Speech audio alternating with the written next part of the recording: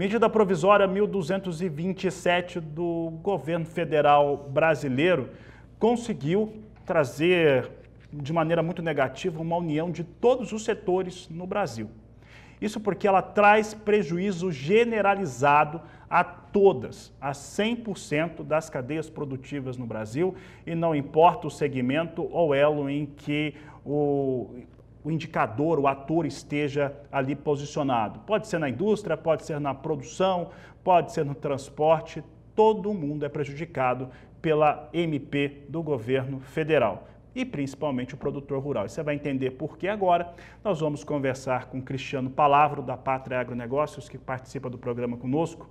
E Cristiano, é assustador, né? Eu tenho uma lista aqui de instituições, de empresas, vai desde o pessoal do suco de laranja, quem produz café, a indústria, a CNI abandonou a comitiva lá na China depois da publicação dessa medida provisória. O que isso representa para o mercado de grãos? Boa tarde, seja bem-vindos. Muito boa tarde, Fabiano. Mais uma decisão bem prejudicial ao nosso agro. A gente costuma dizer que o governo muitas vezes faz o que sabe fazer melhor, né? Que é atrapalhar o setor produtivo. E de fato nós temos mais uma medida que gera, sim, sinais de prejuízo ao setor. Na prática, o que a gente viu na terça-feira com a publicação da MP 1227 foi uma tentativa do governo de sanar as contas públicas através de um aumento da arrecadação de impostos, um aumento da carga tributária.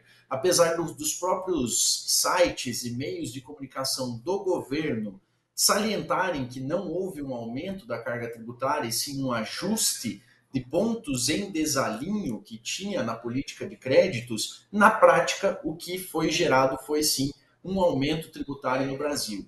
Isso se deu, Fabiano, primeiro falando da motivação disso, né? O governo tentou reonerar a folha de pagamentos, fez ali medidas para reoneração da folha de pagamentos, uma medida ali que traria aos cofres públicos cerca de 26 bilhões de reais, mas não conseguiu devido ao barramento disso no Congresso. Para tentar trazer esse caixa de volta às contas públicas, o governo colocou esse MP, mudando algumas regras do ITR, mas esse não é o problema principal, e sim a política de PIS e COFINS. Na prática, o que o governo fez foi com que os setores compradores, né, as indústrias, as empresas brasileiras, que aproveitavam o crédito gerado de PIS e COFINS na entrada, né, na compra dos seus insumos, para abater os seus impostos na saída dos seus produtos.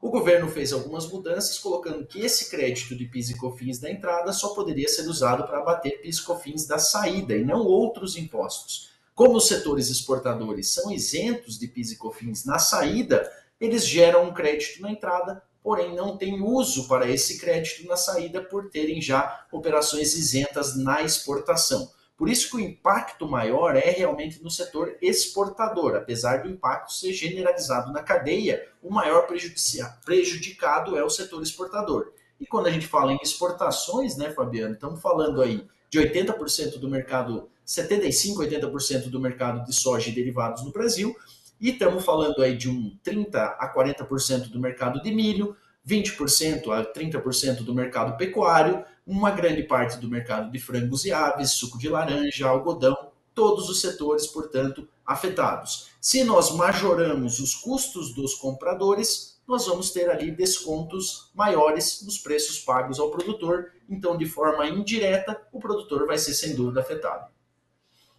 O produtor vai ser, sem nenhuma dúvida, afetado. Eu vou chamar de ganância por impostos, né, de cobrir as contas de qualquer forma. E quando a gente fala o produtor, nós estamos falando, quando fala o produtor rural, está falando de toda a equipe que trabalha com ele, que são trabalhadores de toda a ordem, de nível superior, de ensino médio, por aí vai, que trabalham nas propriedades, que trabalham nas lojas, e temos aí uma distinção enorme em relação a todos eles. Como é que essa medida provisória, que se acreditava que não passaria, né, que não seria publicada, publicou e, de repente, a gente pode-se ter uma maneira de rever este cenário que trouxe ali uma paralisação nas negociações, um susto bastante grande em diversos setores no Brasil, Cristiano? Olha, Fabiano, o que a gente tem observado desde ontem, né? Primeiro que diante da incerteza, né, e até para calcular esse impacto, as empresas tomaram como decisão sair do mercado, né? Uma decisão ali para elas avaliarem realmente qual é o impacto que elas vão ter e qual é o recálculo que elas vão ter que fazer na hora da precificação dos insumos que elas compram. Entre esses insumos, os grãos que essas empresas compram para processamento ou para exportação.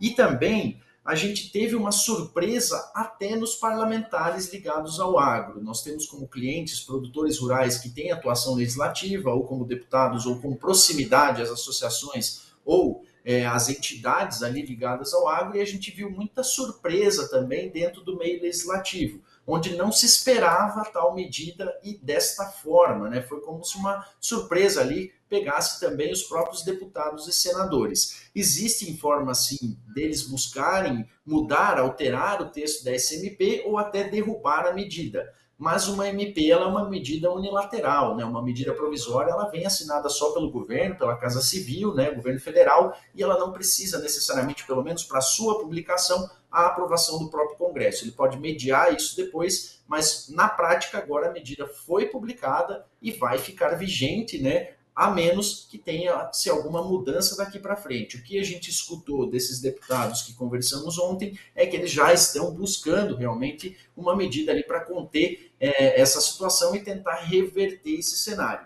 Mas você citou uma palavra muito boa, né, Fabiano, que é essa sana do governo por arrecadação de impostos. A gente vê que o governo tem feito para tentar trazer uma saúde fiscal para o Brasil está focado em aumentar imposto. O governo não consegue controlar a despesa está desenfreada, o nosso déficit nominal já chega aos níveis da pandemia, mesmo sem termos todos os gastos adicionais que foram gerados na pandemia, para auxílio emergencial, auxílio de empresas e outros. Nós temos aí o governo caminhando por uma despesa tão grande quanto tínhamos lá, um déficit tão grande quanto tínhamos lá. Então, qual é a forma de tentar sanar as contas se as despesas estão desenfreadas? Arrecadar mais imposto, e essa é mais uma medida que visa isso.